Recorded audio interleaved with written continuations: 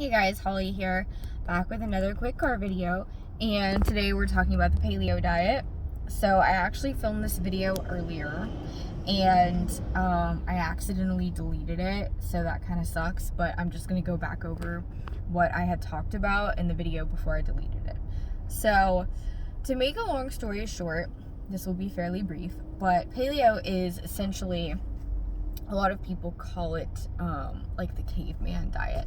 Essentially, it's kind of the type of diet in which you're trying to go back to living as like a hunter-gatherer, like trying to live in a way in which, you know, our ancestors lived hundreds, thousands of years ago, when you're eating, you know, things like vegetables, fruits, meat, eggs, you know, things of that nature. You definitely do not want to eat grains on paleo. So basically it's a grain-free diet. Like it's a, you know, lower carb, but you're just not getting like bread and you know, and things like that. So what's really cool about paleo is, unlike keto, it helps you to get more complex carbohydrates by adding in your fruit. And so for me, I was able to go a lot longer when I tried paleo on a few different occasions than with keto. Well, I say a lot longer, but a few days longer. So I'm usually able to go about a week and a half on paleo if I decide to do it. And I feel like it's a lot better longer term than keto, because you're getting all those carbohydrates through the fruit, because with keto obviously you can't have fruit. So you know, and certain diets are selective about what kind of fruit you can have, but with paleo, you know, it's just a very basic primal type of diet. And so that's kind of the theory, is, you know, that you're eating kind of like a caveman essentially. So yeah, I mean, I think it can be a great diet for people. I wouldn't recommend using it super long term. Some people experience pretty good weight loss results. Usually it's not quite as quick, and I guess it's not quite as quick and quite as profound as what you would get on keto. But however, a lot of people have experienced quite a bit of weight loss results on paleo. So yeah, I've tried paleo a few times. Each time I've done it about a week to a week and a half, and that's about as long as I can go on it. I feel like for some people that don't need grains in their diet, don't feel like they need grains in their diet, they can go a lot longer on this type of diet. And like I've said in so many of my other videos, every diet is going to work completely differently for each person, because we all have different needs biologically that we need for our own individual bodies. So me, for example, I know my body very well. I know that I require a very high carb, fairly low fat diet to sustain my body in the best way possible, in the most efficient way possible. So I do need a lot of carbohydrate consumption. So with paleo, being able to add in that fruit really helps a lot whenever I want to do something like that. So I don't diet much anymore, but I feel like if you're the type of person that feels like you can go without the grains and stuff, I would say, you know, go for it. Even longer term, you know, a few months at a time. This is not something I would recommend.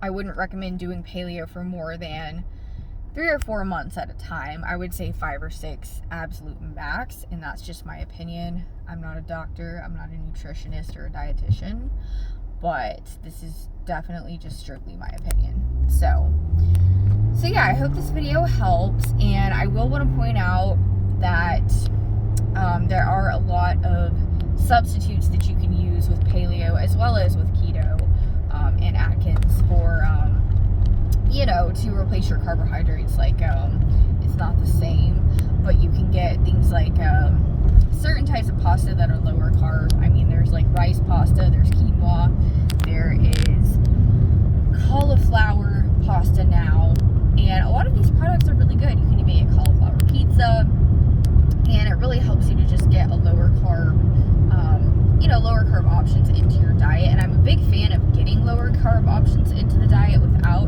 necessarily taking them all out, because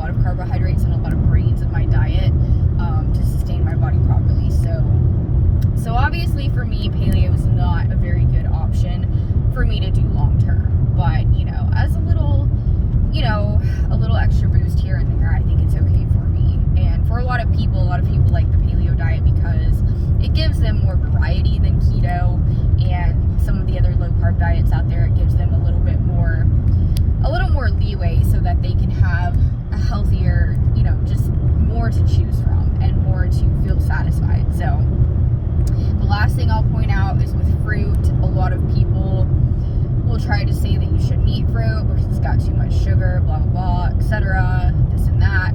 So in my personal opinion, I like fruit. I feel like I need it in my diet. It's definitely a part of my diet. So, and I feel like most people really should be getting at least 1 to 2 fruits a day. And some people, you know, depending on how you are, I would say up to 4 or 5 fruits a day, depending on, you know, how active you are and what your body individually requires.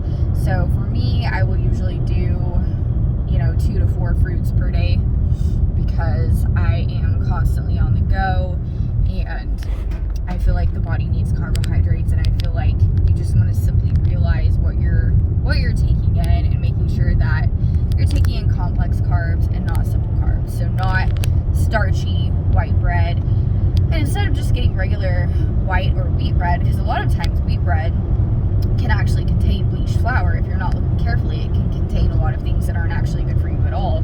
And, you know, even it might say wheat bread doesn't necessarily mean it's good for you.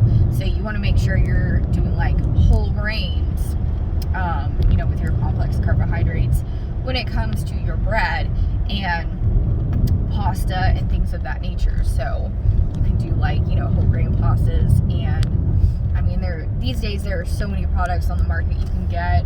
If you go to a health food store like Sprouts or Whole Foods, you'll find a lot more of this stuff, but most grocery stores will have quite a few different options to choose from. Even if you're in a more rural area, you can usually still find some things to choose from. So yeah, just taking all these things into consideration, and you know, just because, you know, don't buy into the idea of carbs are bad for you, or, you know, fruit's bad for you.